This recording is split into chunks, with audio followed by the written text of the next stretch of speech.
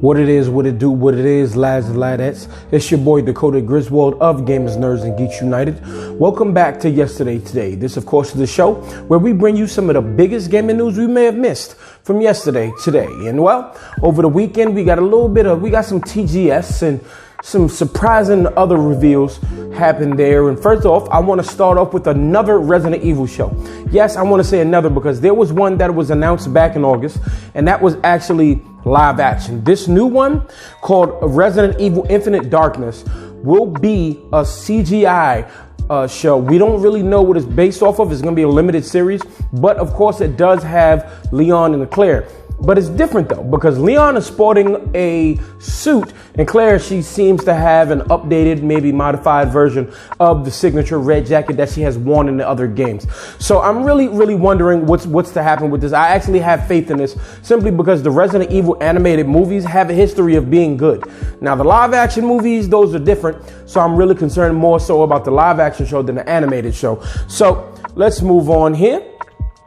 And well, still talking about Capcom, of course, Virgil is officially going to be able to be playable in current gen's versions of Devil May Cry 5, but he is paid DLC. Now, no other further details were discussed at the moment, but he is coming and you will just have to pony up. Whereas if you buy the PS5, Xbox Series X version that's launching on November 10th and November 12th, respectively, on the days of the launch, you get him in those versions, but then you got to basically pay for the update in the current gen. I'm going to go ahead and say it's probably about $10. Maybe if they really want to get egregious, it'll be $20. But honestly, next gen is pretty much right around the corner. So let's wait till then. Honestly, if you've actually played it though, maybe this is still good enough for you to warrant you spending your $10 or maybe $20. I don't know. I didn't really finish the game as of yet, but I will. And I definitely enjoyed what I played. Now, next gen, going into next gen, as a matter of fact, closer to the end of current gen, it's something that we kind of really don't want to say that we liked it. I mean, but it is what it is, right? Games got a lot bigger. Call of Duty, I just looked on my Xbox hard drive over the weekend, and Call of Duty owns so much real estate on my hard drive, over 185 gigabytes, right?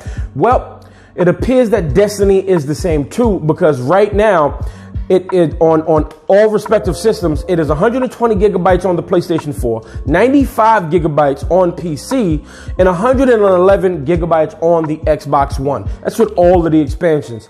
But they actually revealed that they will, with Beyond Light, they will be able to cut stuff down and get some unnecessary stuff out that got patched out, and it's going to help you clear it. And it's going to get it down to about 59 gigabytes or 71 gigabytes, respectively, depending on the platform you're using it on. So that is a big difference, and it also allows you to free up some space. And I can't wait till November. I definitely actually played just a smidget of Destiny over the weekend, but just whatever the Shadowkeep expansion was, just the intro. But I didn't really get a chance to get into the missions and stuff like that. But I'm actually currently in between the bigger games right now, so I have some time to jump into those supplemental games that I could just play for a little while. I'm really looking forward to Genshin Impact starting that releases tomorrow. But Destiny being smaller is very great news, and I hope that this continues to be a trend for games going forward into the next gen, because Nintendo was also known for compressing and making stuff smaller. So I'm really hoping that everybody follows the Nintendo formula. But then again, when you got these games as a service type games, it's kind of hard that way, right? Well, let's get into the Xbox, right? Phil Spencer officially said that, we're going to continue making the Xbox physical even after this generation. He said, in items of future hardware, in terms of future hardware, absolutely, I think we're going to see more console hardware from down the road. Just like in video, just like in music, it's not that streaming has cut off device innovation. I think we'll continue to see that, and that's absolutely what we're planning for. All right, cool. Can't wait to see what the Series S and Series X does or don't do, and to see, just imagine with all of these SSDs and how fast these systems are operating now, just imagine 7 to 8 years down the line, how fast, lightning quick. There is no delay or anything like that going into the next gen. They want to keep making hardware? All right. I'm all for it because I'm a collector and I absolutely love it. Now let's continue to talk about Microsoft. Well, it has been officially revealed that there is an app coming out and very soon for the iOS.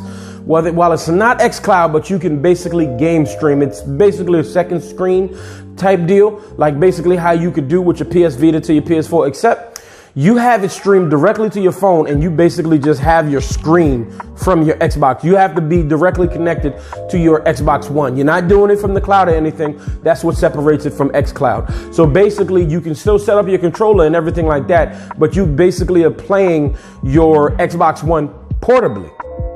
But you have to be in the house on the same Wi-Fi connection, that sort of thing. So it's actually pretty cool. At least they're getting some sort of something, and they can at least, get some form of xCloud inside the house though.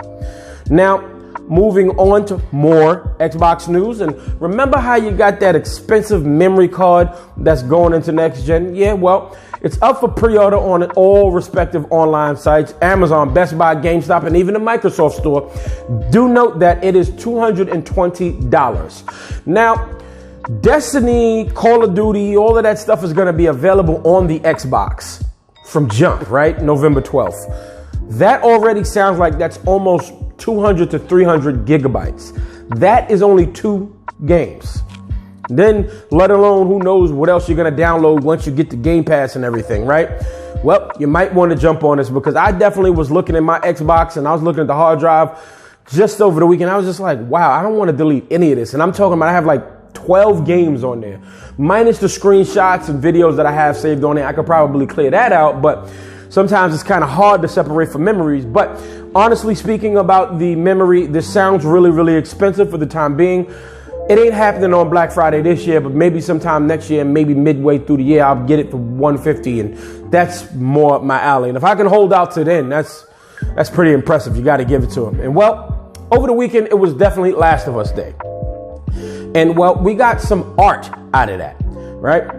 So Yoji Shinkawa, he works at Kojima Productions. He's worked on Metal Gear and Death Stranding. And well, you know what some of his artwork looks like. And he actually did some work for The Last of Us Part 2. Yeah. That and it's actually pretty awesome. It is currently my phone screensaver and even my computer screensaver. So it's always good to know that, just to see some appreciation for a personal favorite game of mine, to see more. I mean, just look at this screensaver. All right, lads and ladettes, let's get into the real meat and potatoes of the stories here. And well, Phil Spencer over the weekend definitely teased that he knows the roadmap and where Bethesda's going now that they are a part of Xbox, and this is very interesting. Here's something that he actually said. I have the benefit of knowing the future roadmap and having some insight into the things that have been both announced and unannounced that the teams are working on. It is an incredibly exciting time for the work that Bethesda Studio are doing as they continue with the craft of creating games and also thinking about how our medium of games continues to evolve in that role. Now, I'm really, really just excited. They've also have confirmed that they are working on a third Wolfenstein game. All right, Youngblood, I ain't really counting. All right, we got New Colossus. And what was Wolfenstein? What was the first one? Was it just called Wolfenstein? Regardless, I absolutely love those games. I even mostly played through Youngblood, didn't finish it though, because it got I don't know. It was just, I didn't like the whole Destiny type games as a service thing they were doing. Maybe it was okay, but maybe they just didn't do it right. I wasn't a fan of it, but I guess I saw some potential there in the co-op. It wasn't, as far as for the story goes, it wasn't as great as what I know Wolfenstein to be, period. But Bethesda with their first person, their library is just straight up amazing, right? You got Dishonored and a bunch of other games that's being made, and now that they can work with a lot of other people that they used to work with all together again, it really just, maybe they're going to advise each other on different projects. Maybe we're going to get some more Dishonored and other stuff. I'm really, really excited to see what's going on. Elder Scrolls 6 is probably going to be exclusive to Xbox Series X and maybe PC, but not on PS5. That is going to be a big deal. And even Starfield and all of that is coming straight up to Game Pass. Day one. Xbox did that it cost them $7.5 billion, but that might end up being a blow that that really could help them in the fight against PS5. Because, I mean, people are still playing Skyrim, and then it's probably going to still being played on Xbox Series X in the PS5. Just imagine people whining and complaining about the fact that they can't play it because, why does it have to be exclusive to Microsoft? Why? Because they paid the money, now they own the company and they own the property. And they can do what they please with the property. You don't like it? Buy an Xbox. Moving on to the next one. And well, I want to talk about Tokyo Game Show, but this is I just want to kind of highlight some other stuff that was really close to me, right? So I'm a fan of the Ni no Kuni games, right? And I even watched the movie on Netflix, which wasn't even all that, but given the fact that I love the music, love the worlds and everything like that, I definitely watched it. I'm very close to beating Ni no Kuni 2. Yes, it came out 2 years ago, but it's 9 chapters and I picked 55 hours. I'm not used to games being that long, you know me, but I actually booted it up today, but then I cut it off, single dad life. But I have 2 more chapters I have to complete in that game. So, and then maybe eventually I'll go back and finish Ni no Kuni 1, which I do have on the Nintendo Switch, which I do find to be a very good game, just different. But they introduced a new Ni no Kuni Cross Worlds. Seemed very, very good, right? It is a freaking mobile game. Tired of this, man. I'm tired of this. Now, hear me out. If it's going to be a mobile game and eventually comes to consoles with some type of enhancements, no problem. It actually looks good. It looks too good to be on phone games because mobile games are starting to look really, really good. Genshin Impact that comes out tomorrow, right? That is also a mobile game to my knowledge. You also have a bunch of other games that are mobile games. You can play Fortnite on mobile. It shouldn't surprise you. PUBG on mobile. So, I mean, the game absolutely looks good, free to play. You're going to probably have microtransactions. You know how to go to fund it. But hopefully this funds the next Ni no Kuni console project, or maybe even this one gets put on there because it seems to have an MMO type world. And the combat actually looks really, really good because I love the combat of Ni no Kuni 2. It's amazing. So I'm really, really, really looking forward to a third Ni no Kuni on consoles. Now, I want to talk about some Hyrule Warriors. Now, I don't usually like Warriors games. They even announced the fact that there's a new Dynasty Warriors game coming for next gen. Cool, right? And then they have a mobile game. But when you attach a certain IP to a Dynasty Warriors game, then you have my attention. Gundam, those games were fire. Now you got Hyrule Warriors, the second one, of course, or technically the third one because they redid the first one. But Hyrule Warriors Age of Calamity was more gameplay shown during TGS, and all of you get to play as those heroes that are dead in Breath of the Wild. I mean, we know what's going to happen probably in the end of this game, but you get to fight alongside them or fight as them in this game. And honestly, if you have Breath of the Wild data on your Nintendo Switch when you buy this game, you get the wooden sword that Link, the training sword that Link has. And hey, look, it's awesome. I love the costumes. I love all of this. I'm going to play this game, but it conflicts with November. It comes out in November. What else comes out in November? 2 new consoles. Cyberpunk. Nope. Assassin's Creed comes out right in the end of October. But then you also got Watch Dogs. That is this year for gaming. Still kind of wasn't even all that bad. But let's talk about the last game, and that's Monster Hunter Rise. Respectively, we got 2 videos, one character using the long sword and 2 Palamutes, and the other character using the dual swords with a Palamute and a Calico, letting you know that how you can traverse and do all of this other stuff. And he has his own meter, and there's no stamina. You can jump on him. You can just climb. You can actually interact with the Calico and Palamute, and it doesn't really do anything, but it's just awesome. Why wouldn't you want to pet a dog or a cat? I'm a cat lover myself, but really an animal lover in general. But why not? Why wouldn't you want to interact with your animals? And of course, they fight alongside you and help you out a lot. And then they really got a chance to let you see the world and health pickups and stuff like that. You can use that wire bug up to twice before you have to, you can stop. And in the demo, they also showcase the character jumping off a cliff and using it like how Spider-Man, they use it, activate the wire bug, and it basically stops their landing from, basically killing him from falling from impending doom.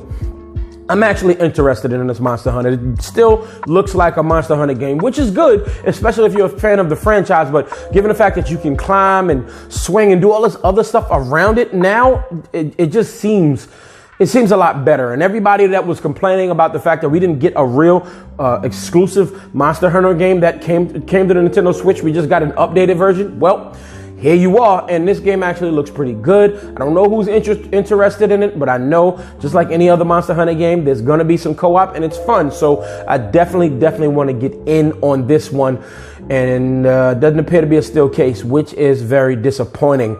But lads and ladders, thank you so much for watching. Thank you for tuning in as always. We have over 300 subscribers, but I don't get that many views. So if you are one of those 300, please, and you made it to the end of the video, please share this everywhere. Go ahead and like and subscribe if you haven't already. Dislike is all good. Spread the word, share it to everybody, and let them know about the Grizz.